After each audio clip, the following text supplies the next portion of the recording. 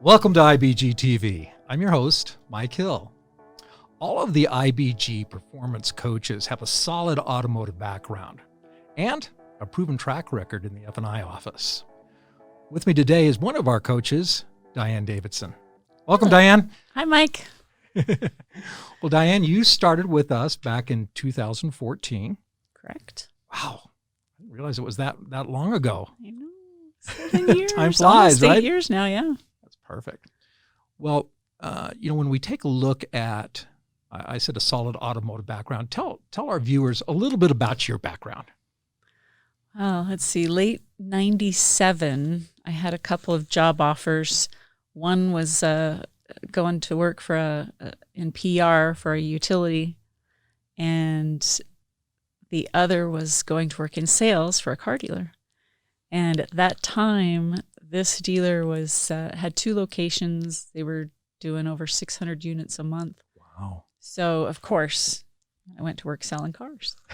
And Chevy dealer, it was so much fun. So that was early 98 was when I started there, and they had a great training program.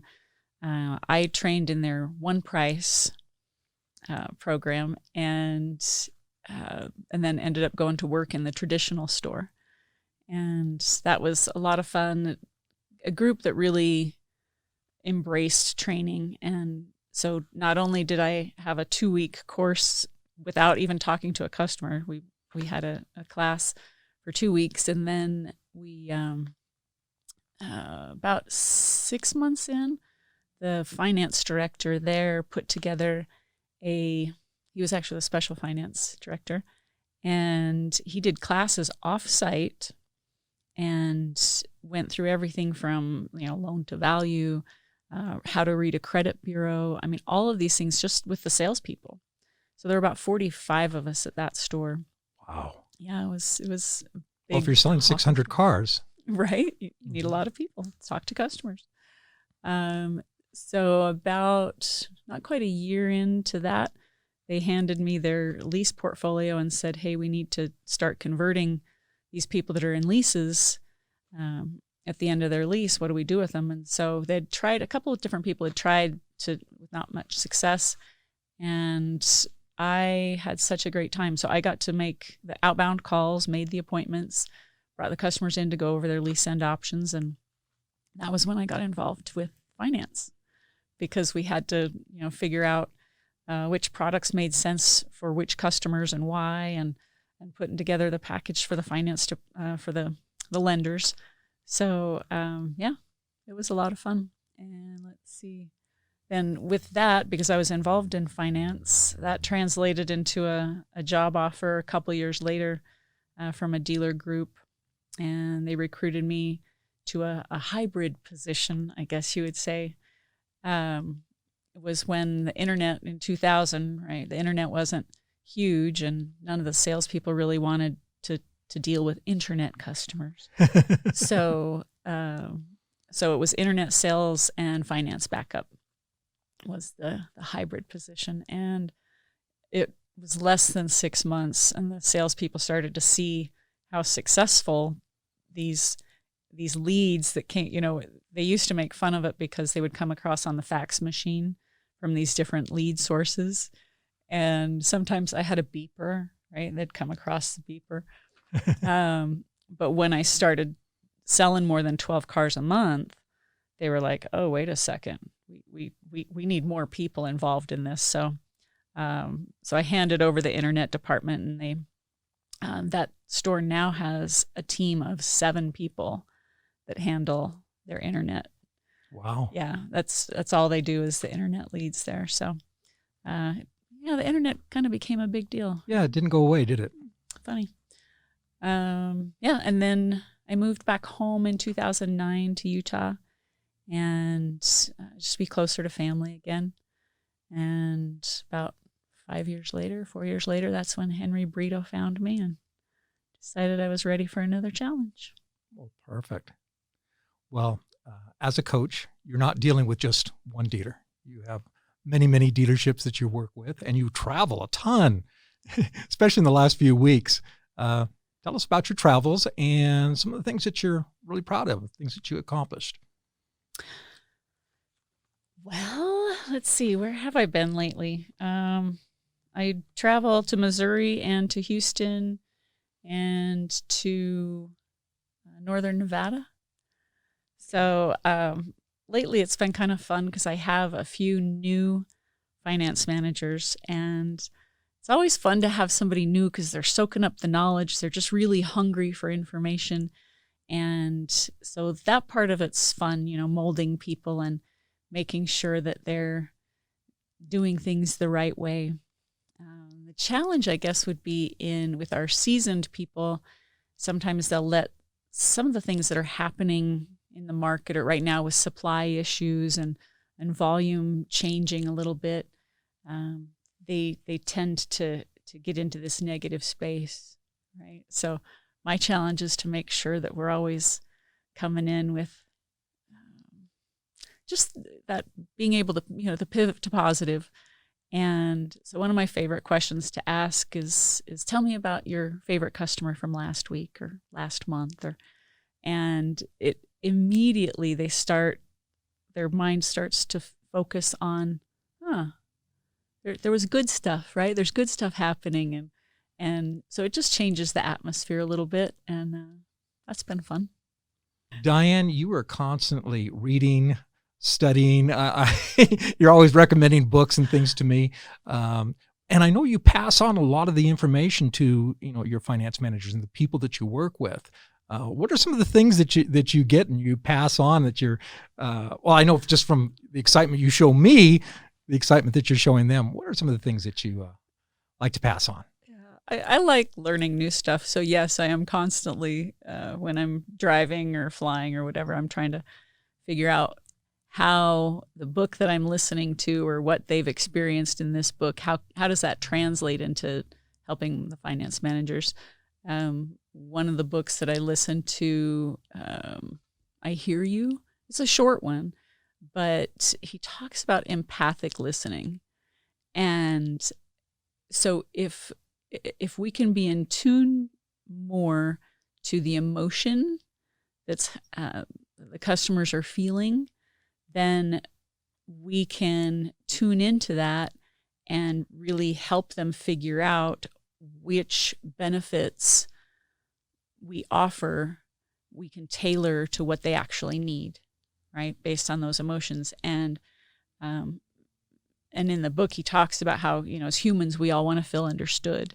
And that's exactly how our customers are too. So it's important that the finance managers get to ask good questions and then listen for the feeling behind what's going on with the customer. We talk in our IBG boot camp, we talk about the importance of the interview, making it a conversation as opposed to a presentation. Mm-hmm. We were talking earlier this morning when you and I met about what makes a successful finance manager as opposed to some finance managers that for whatever reason just aren't that successful. What are some of the key things that you see in finance managers where when you meet them, you're thinking, okay, this one's going to be good? That's a great question. To me, it's the wanting the good ones. I talk to guys that have been in the business for 15, 20 years. They still want to know what's working out there, what's good. So that engagement, I think, of always wanting to continuously strive for better. And those people are always successful. Couple of fun, even the new ones, they're looking for validation, right? They want to know where they ranked this month. How did I rank against the number one guy, or where am I in the group? And so I think that desire to learn, and then a little bit of that competitiveness of how am I doing? Where do I rank against everybody else? Well, I was actually visiting one of the dealerships, and they brought you up, and they were talking about how you're always talking about serving the guest, taking care of the guest, and serving the guest.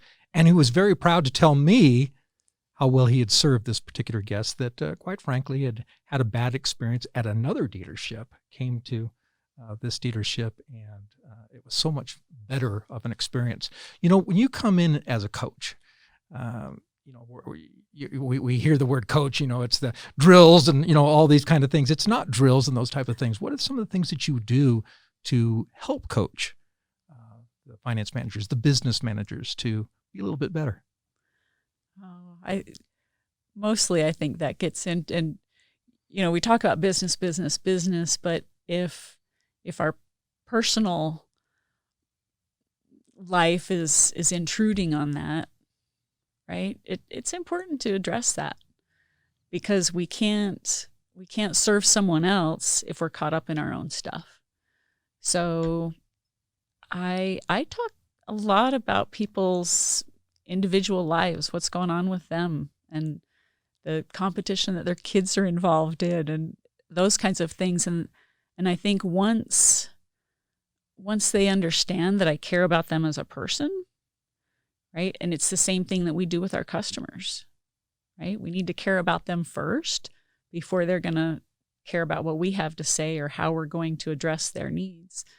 So I think that I look sometimes maybe as that finance manager, maybe is the customer, right? Even though we're there to serve the ultimate needs of the dealership and the owners, but you have to care about those finance people.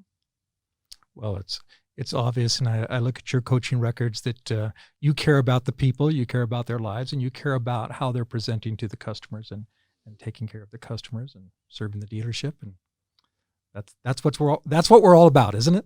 Absolutely. Well, Diane, thank you for visiting with us today. Any final remarks? No, one of the things that you had asked me about before was